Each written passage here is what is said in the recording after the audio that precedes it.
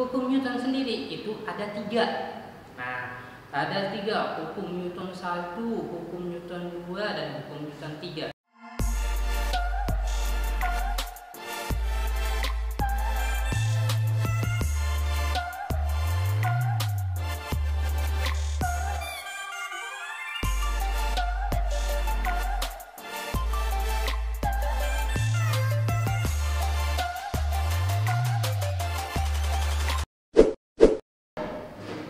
Bismillahirrahmanirrahim. Assalamualaikum warahmatullahi wabarakatuh.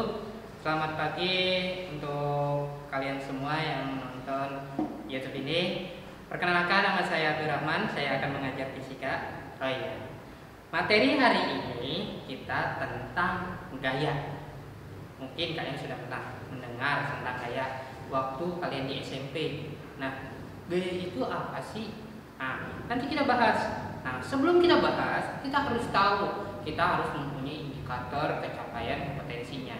Kita yang pertama harus mengetahui hukum Newton tentang gerak, karena kaitannya tentang hukum Newton gerak. Yang kedua, yaitu menjelaskan jenis-jenis gaya pada benda. Nah, itu adalah contoh di dalam indikator pencapaian. Nanti kalian harus bisa mencapai indikator tersebut. Setelah itu, kalian juga harus bisa menyebutkan aplikasi hukum Newton. Tergantung gerak pada kehidupan sehari-hari, ini kamu bisa mengetahui apa sih pengaplikasiannya. Nah, tujuan dalam pembelajaran, ketika tujuan pembelajaran di dalam gaya, khususnya di hukum Newton, yang pertama kamu harus mengetahui besaran-besaran di dalam hukum Newton itu sendiri. Yang kedua, kalian harus mengetahui jenis-jenis benda berkaitan dengan hukum Newton tersebut. Selanjutnya, yaitu kalian harus, yang paling penting harus mengetahui pengaplikasian atau contoh di dalam kehidupan sehari-hari yang berkaitan dengan hukum Newton. Nah, hukum Newton. Nah, hukum Newton itu kalian pasti pernah dengar di waktu kalian di SMP. Hukum Newton sendiri dia memiliki berapa persamaan. Dan kenapa sih hukum Newton ini disebut sebagai hukum Newton? Karena hukum Newton ini ditemukan oleh ilmuwan yang bernama Sir Isaac Newton. Nah, jadi sebagai penghargaan dia dijadikan sebagai nama satuannya. Nah, hukum Newton sendiri merupakan besaran yang berkaitan dengan gaya, massa, dan gerak. Nah, kalian harus ketahui bahwa hukum Newton itu ternyata berkaitan dengan gaya, massa, dan gerak. Nah, hukum Newton sendiri ada berapa sih? Nah, sekarang kita bahas. Hukum Newton sendiri itu ada tiga. Nah, ada tiga, hukum Newton 1, hukum Newton 2, dan hukum Newton 3. Kalau kita lihat di hukum Newton 1, hukum Newton 1 itu, hukum Newton nih, kita lihat rumusnya. Hukumnya di sebelah kanan saya. Rumusnya itu apa sih? Sigma F sama dengan 0. Sigma F. Wah, berarti seluruh gaya yang bekerja adalah 0. Nah, 0 maksudnya apa? Seperti kita melihat orang yang sedang mendorong tembok, akan ada hasilnya? Tidak. Makanya semua gaya yang bekerja akan menghasilkan nilai 0. Atau orang yang sedang mendorong bumi, apakah mungkin? Tidak. Makanya disebut sebagai hukum Newton 1, yaitu sigma F sama dengan 0. Nah, kalau kita lihat di hukum Newton 2, hukum Newton 2 itu kalau kita lihat rumusnya, yaitu adalah A sama dengan sigma F dibagi dengan M, atau sering disebut sebagai sigma F sama dengan massa yang dikalikan dengan percepatan. Maksudnya apa? Maksudnya, jadi gaya yang bekerja pada hukum Newton 2 ini memiliki massa yang dikalikan dengan percepatan. Why? Kenapa bisa seperti ini? Karena di dalam hukum Newton 2 ini adalah benda yang bergerak. Contohnya apa sih benda yang bergerak? coba kita lihat, mungkin kalian punya motor. Nah, motor itu mempunyai massa. Ketika dia mempunyai massa dan kita bawa menggunakan tubuh kita, itu memiliki percepatan. Makanya itu bisa dikatakan sebagai hukum Newton 2 karena memiliki apa? Massa dan percepatan. Nah, itu di dalam hukum pengaplikasiannya. Kalau di hukum Newton 3, hukum Newton 3 ini unik, sangat unik. Kenapa sih unik? Karena dia akan keterbalikan. Kenapa saya bisa bilang keterbalikan? Karena biasanya dia itu akan mengalami aksi sama dengan min reaksi. Nah, kita lihat rumusnya ada di sebelah kanan saya, yaitu gaya aksi sama dengan min gaya reaksi. Maksudnya apa? Contohnya, mungkin kalian pernah belajar renang atau mungkin yang sudah bisa berenang, Pak. Kalian pasti bisa berenang. Lihat ayunan tangannya. Ketika kita mengayun ke belakang, maka tubuh kita akan ke depan. Itu adalah contoh dari hukum Newton ketiga. Nah, udah tahu kan pengaplikasiannya? Ternyata di dalam kehidupan kita pun banyak sekali yang menggunakan hukum-hukum Newton. Nah, kita kalau di hukum Newton 3 sendiri, kalau kita berenang pasti kita membutuhkan gayanya kemana? Ke belakang. Lalu badan kita kemana? Apakah kita ke belakang? Tidak. Gayanya itu tubuh kita akan berlawanan, akan ke depan.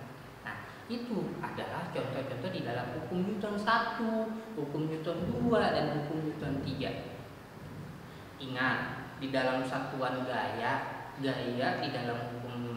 di dalam satuan internasional itu memiliki yang namanya joule. Nah, ingat-ingat ya, satuan gaya itu adalah joule. Nah, di sini saya pun akan mengajarkan tentang gaya.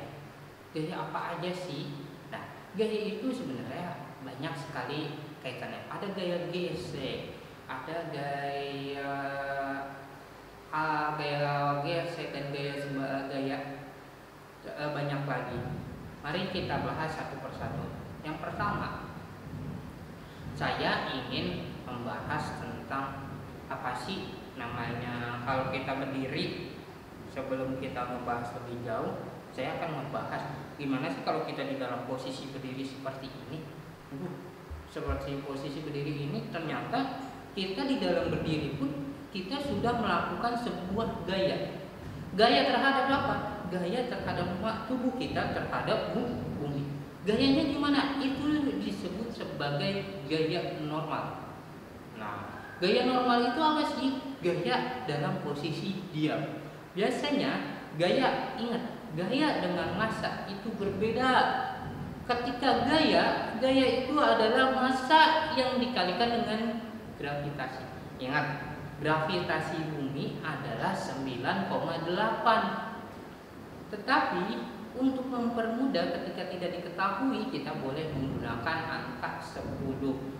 Nah, jadi itu sebagai pembulatan. Jadi ketika saya berdiri seperti ini memiliki gaya normal. Gaya normal itu apa sih? Gaya yang memiliki massa dengan gravitasi. Jadi gaya normal itu kalau secara rumus apa sih? Nah, kita lihat di sebelah kanan saya, yaitu massa yang dikalikan dengan gravitasi. Berarti massa saya, ternyata massa saya ini adalah 50 kilo. Dan gaya gravitasi karena kita tidak mengetahui, kita anggap saja 10. Berarti 50 dikalikan 10 sama dengan 500 Newton. Nah, berarti gaya normal saya adalah 500 Newton. Nah, di situ kalian udah tahu ya namanya gaya normal. Nah, sekarang saya akan mengajarkan berkaitan dengan gaya juga. Gaya apa sih? Mungkin kalian sering menggunakannya, tapi kalian tidak mengetahui ini gaya apa sih. Nah, sekarang kita bahas. Nah, yang pertama itu tentang gaya gesek. Gaya gesek, kalian tahu tentang gaya gesek? Contohnya apa sih? Nah, contohnya bisa kita lihat apa? Mungkin kalian punya sepatu, atau sendal. lihat bagian bawahnya. Bagian bawahnya akan bergesekan dengan lantai, dengan aspal. Itu disebut sebagai gaya gesek. Gaya gesek dibagi menjadi dua. Ada yang kinetik di sebelah kanan saya dan ada yang statis. Nah, ketika statis, mohon maaf, yang statis ini apa sih? Statis itu adalah gaya gesek dalam posisi diam. Dalam posisi diam, artinya ketika diam dia memiliki gaya gesek. Biasanya kalau kita lihat secara rumus yaitu Fs sama dengan US kali N. US itu apa sih? Koefisien gesek. Arti koefisien gesek, kalian harus tahu koefisien geseknya itu apa. Koefisien gesek itu adalah ketetapan si benda tersebut terhadap benda yang lain. Dan N-nya itu apa sih? N-nya itu adalah gaya depan. Dan kalau gaya kinetik adalah gaya yang bekerja pada benda yang bergerak. Ketika benda bergerak, ketika benda bergerak itu pasti akan mengalami gaya gesek kinetik. Contohnya apa? Ban mobil atau ban motor yang sedang bergerak, dia akan bergesekan terus dengan aspal. Ketika gaya bergesekannya itu dia akan menjadikan UK atau koefisien gesek kinetik dikalikan dengan Newton. Nah, kalau koefisien kinetik itu adalah sama ketetapan ketika dia mengalami koefisiennya, artinya ketetapan si benda tersebut. Saya kasih tahu triknya ya. Ketika statis dengan kinetik, mana sih yang lebih besar? Yang lebih besar adalah statis. Kenapa yang statis? Karena ketika dia mengalami perbesaran, statis ini adalah posisi diam, maka gaya gesek kinetiknya akan lebih kecil ketika dia sedang berjalan. Artinya ketika kita sedang berjalan, gaya gesek kinetik kita akan lebih kecil. Nah, daripada gaya gesek si statis. Ya. Nah, seperti itu. Itu adalah contoh-contoh di dalam sebuah gaya. Nah, ingat, ketika gaya gesek statis lebih besar dari gaya gesek kinetik, berarti benda dalam posisi diam. Nah, berkinetik lebih besar daripada gaya gesek statis, ya benda akan bergerak. Itu adalah contoh-contoh di dalam gaya gesek. Nah, sebenarnya di dalam gaya gesek juga banyak sekali yang berkaitan. Yang pertama, ada yang berkaitan dengan di dalam bidang miring. Di dalam bidang miring pun dibagi dua juga, ada yang posisi turun dan posisi naik. Ingat kemarin pembelajaran kita sudah kita bahas di video sebelumnya. Makanya kalian harus rajin-rajin melihat video-video ini. Banyak sekali yang kaitannya, nanti kalian bisa lihat deskripsinya di bawah video ini. Jadi kalian nggak usah takut ketika melakukan suatu pembelajaran yang baru. Kalau tidak mengerti silahkan tanya ke saya, karena saya akan menjawab semua pertanyaannya. Oke. Mungkin sampai di sini materi kita, karena materi kita sudah cukup banyak tentang gerak. Tadi kita ulas kembali, yaitu yang pertama tentang hukum Newton. Hukum Newton sendiri dibagi 3, hukum Newton 1, hukum Newton 2, dan hukum Newton 3. Dan kita tadi membahas juga tentang gaya gesek. Gaya gesek sendiri dibagi 2, yaitu gaya gesek statis dan kinetik. Oke, terima kasih sampai di sini. Kalian nggak usah khawatir, tetap semangat dalam pembelajaran dari rumah. Akhir kata dari saya, assalamualaikum warahmatullahi wabarakatuh.